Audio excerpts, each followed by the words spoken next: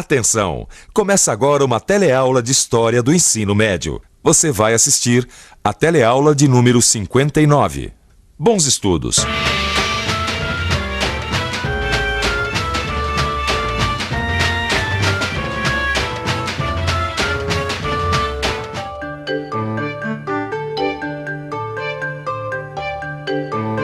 O senhor sabe quem foi o pai dos pobres? Os pais dos pobres não tem pai. O pai dos pobres é o próprio pai legítimo, né? Não. Sei não.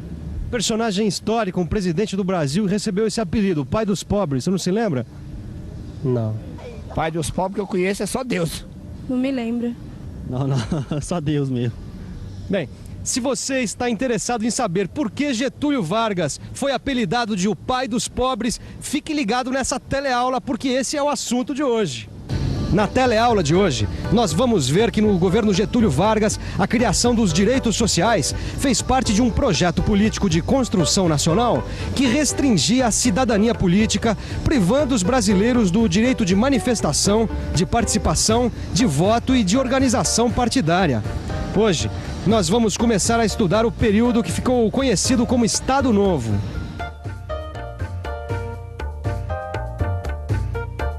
Tem gente que acha que os direitos sociais dos trabalhadores foram um presente, uma generosidade do presidente Getúlio Vargas.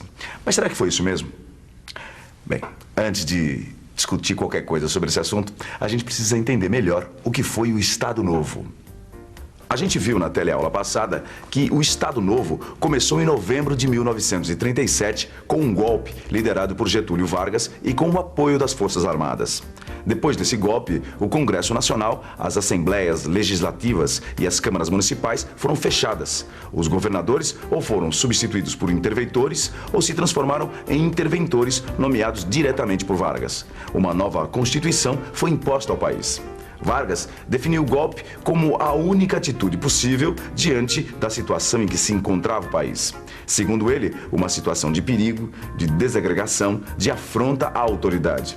Uma situação, enfim, em que o Estado, fraco, ameaçado, se encontrava impedido de promover medidas necessárias ao bem-estar e ao desenvolvimento da nação. Uma das chamadas ameaças ao país, segundo Getúlio Vargas e seus aliados, era o comunismo.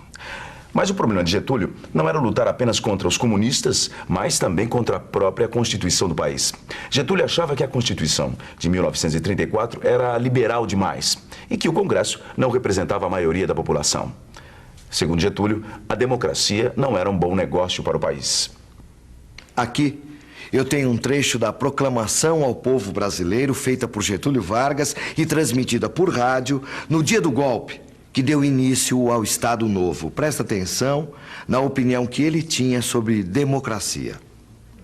Nos períodos de crise como o que atravessamos, a democracia de partidos, em lugar de oferecer segura oportunidade de crescimento e de progresso, dentro das garantias essenciais à vida e à condição humana, subverte a hierarquia, ameaça a unidade pátria e põe em perigo a existência da nação, extremando as competições e acendendo o facho da discórdia civil. O sufrágio universal passa, assim, a ser instrumento dos mais audazes e máscara que mal dissimula o conluio dos apetites pessoais e de corrilhos. Resulta daí não ser a economia nacional organizada que influi ou prepondera nas decisões governamentais, mas as forças econômicas de caráter privado, insinuadas no poder e dele se servindo em prejuízo dos legítimos interesses da comunidade. Prejuízo dos legítimos interesses da comunidade, essa é boa. É demais. Bom, você entendeu o que ele quis dizer com essa discurseira toda, né? Pelo jeito, o Getúlio não gostava de voto, de democracia. Não, é isso mesmo. Pro Getúlio, dá a impressão que as coisas funcionam ao contrário, né? Que a ampla participação política, em vez de representar a maioria, atrapalha o governo. Quer dizer, e servia para uma minoria impor os seus interesses pro país inteiro. Agora, isso eu não concordo. Não dá para concordar. Não Como dá. é que alguém pode dizer que a democracia atrapalha o desenvolvimento de um país? Quer Pois dizer, é, como é que faz pode? sentido. Senhor, dá licença. O senhor acha que a democracia atrapalha o desenvolvimento do país? Alguma coisa assim, né? Não. Não atrapalha, não. democracia mesmo, né? De verdade. Não essa falsa democracia que tem no Brasil, né? Eu acho que quanto mais democrata o país for, mais progresso ele pode ter. Não creio. Pois é, só que no Estado Novo, quem discordava do governo também estava sendo contrário ao desenvolvimento do país. Tanto é que a centralização do poder foi acompanhada pela censura aos meios de comunicação. A censura aos meios de comunicação se encarregou de silenciar as manifestações de descontentamento. Ao mesmo tempo, um forte esquema de repressão foi empregado para neutralizar a oposição. A repressão política não atingiu apenas os comunistas. Quem fosse contra o regime estava condenado à perseguição, mesmo sendo liberal. O Estado Novo também foi responsável pelo fim do poder legislativo, ou seja, quem fazia as leis e criava as políticas para o país era o executivo. Getúlio Vargas governava por decretos-leis, ou seja, todos os decretos presidenciais passavam a valer automaticamente como lei. É claro que Getúlio Vargas não fazia tudo isso sozinho.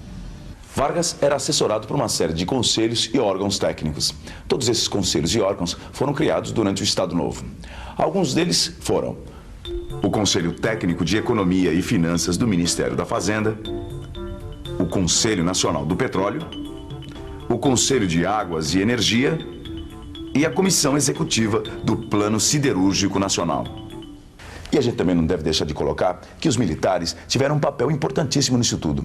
Segundo as Forças Armadas, o Estado brasileiro deveria investir em atividades estratégicas que garantissem a sua soberania. Para entender melhor o que isso significava na prática, vamos pegar 2 exemplos. Por exemplo, a indústria de base, isso é, siderúrgicas, que produzem o aço, e os suprimentos de recursos energéticos, como é o caso do petróleo. Segundo as Forças Armadas, o Estado brasileiro deveria investir em atividades como essas para garantir o seu desenvolvimento econômico. Agora eu entendi direito, Vicente. De uma certa forma, o Estado Novo controlava todo o desenvolvimento econômico, certo? Exatamente. E centralizava toda a política também. Mais do que isso, nessa época havia uma centralização administrativa, Gil. Agora, por que ele precisava controlar todas essas coisas, hein? Olha, pelo que eu li a respeito, o governo achava que a centralização administrativa era a única maneira de aumentar a eficiência do Estado e acabar com a influência das oligarquias regionais. Mas o que é oligarquia mesmo? Oligarquia é o governo de poucos, isto é, um governo que representa apenas os interesses de um pequeno grupo de pessoas. O Estado Novo tinha como um de seus objetivos combater os pequenos grupos regionais em favor dos interesses de toda a nação. Uma das medidas que o governo tomou nesse sentido ainda existe hoje. O governo do Estado Novo criou os concursos para cargos públicos. Além de acabar com o favorecimento a parentes, amigos e correligionários políticos, os concursos visavam recrutar pessoas tecnicamente capazes para o exercício de cargos públicos. Quer dizer, então, que essa história de fazer concurso para virar funcionário público começou nos tempos do Estado Novo. Pois é, rapaz, que engraçado. Agora só me pergunta uma coisa, será que adiantou? Porque, será que o Estado Novo conseguiu, com essa atitude, acabar com o favorecimento de aliados, de amigos, de parentes? É claro que não. Apesar das importantes mudanças que foram feitas, apesar do fato do país ter se modernizado durante o período do Estado Novo, o governo Vargas era um governo autoritário e de características fortemente tradicionais. O próprio Getúlio vinha da oligarquia gaúcha e o seu governo representava o interesse de grupos restritos, sem dúvida alguma. Mas nem por isso, Getúlio Vargas deixou de ser popular e acabou se afirmando como um poderoso líder político. Pouco a pouco, Getúlio foi construindo uma imagem de sintonia entre o governo e as classes populares. A educação e a propaganda ocuparam um papel importante na construção dessa imagem.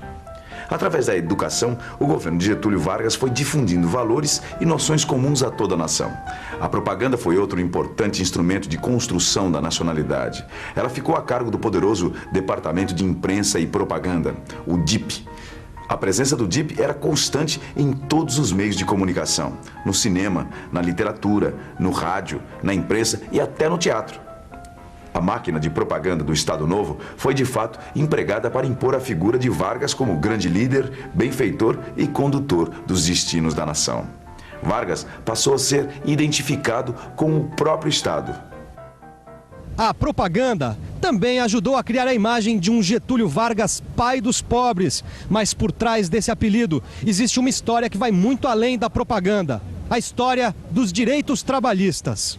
Você saberia explicar pra gente mais ou menos o que é a CLT? A CLT é uma lei que foi sancionada se não me engano, por Getúlio Vargas, é a consolidação das leis do trabalho, né? Que ela diz os direitos e os deveres do trabalhador. A justiça do trabalho, o salário mínimo, o imposto sindical e a consolidação das leis do trabalho, a famosa CLT, foram criados na época do Estado Novo. É claro que quase todas essas medidas traziam benefícios para os trabalhadores. Só que, por outro lado, o mesmo governo que garantia esses benefícios não dava aos trabalhadores o direito de fazer greve. Os sindicatos nada podiam fazer contra o governo. Até mesmo o lockout, a greve patronal, era proibido. Bem, mas você não vai pensar que as leis trabalhistas do Estado Novo foram criadas para iludir os trabalhadores e manter a repressão política. O governo, sem dúvida, garantia a aplicação desses direitos. Tanto assim que alguns setores empresariais não ficaram nada contentes com essa história. E é claro também que o Estado Novo não fez a legislação trabalhista para agradar os trabalhadores. Essas leis faziam parte de um projeto de industrialização do país. O governo do Estado Novo fez um investimento pesado para criar uma indústria de base nacional. A Companhia Siderúrgica Nacional, fundada em 1941, é o maior exemplo de que isso é verdade. Um ano depois, o governo criou o Senai, que, como a gente sabe, tem o objetivo de formar mão de obra especializada para a indústria. Sem as leis trabalhistas, o projeto de industrialização do país não seria possível. Agora, tem um detalhe importante que ajuda a gente a ver como essa história de pai dos pobres tem que ser vista com muito cuidado. Alguns direitos criados e garantidos pelo Estado Novo não chegaram até os trabalhadores do campo. Por quê? As oligarquias rurais, quer dizer, os donos de terras, continuaram com o mesmo poder de sempre. As leis trabalhistas não valiam para os camponeses, que continuaram pobres e, como se diz por aí, sem pai nem mãe. E atenção, se liga aí que é hora da revisão. Na teleaula de hoje, você aprendeu que o Estado Novo começou com um golpe de Getúlio Vargas, que acabou com a democracia e impôs uma nova Constituição ao país. Você viu que Getúlio defendia a ideia de um governo centralizador e autoritário como a melhor forma de defender os interesses gerais do país. Você aprendeu que um dos pontos mais importantes do Estado Novo foi o esforço do governo em investir na industrialização do país e que, inclusive, as leis trabalhistas foram criadas para garantir que as relações do trabalho nas cidades não prejudicassem esse processo de industrialização. Você viu ainda que a imagem de Getúlio como líder da nação e pai dos pobres foi criada com a ajuda de projetos de educação e de uma forte máquina de propaganda do governo. Na próxima teleaula, a gente vai continuar falando sobre o Estado Novo. Por isso mesmo, estude muito bem isso que nós conversamos hoje e até a próxima.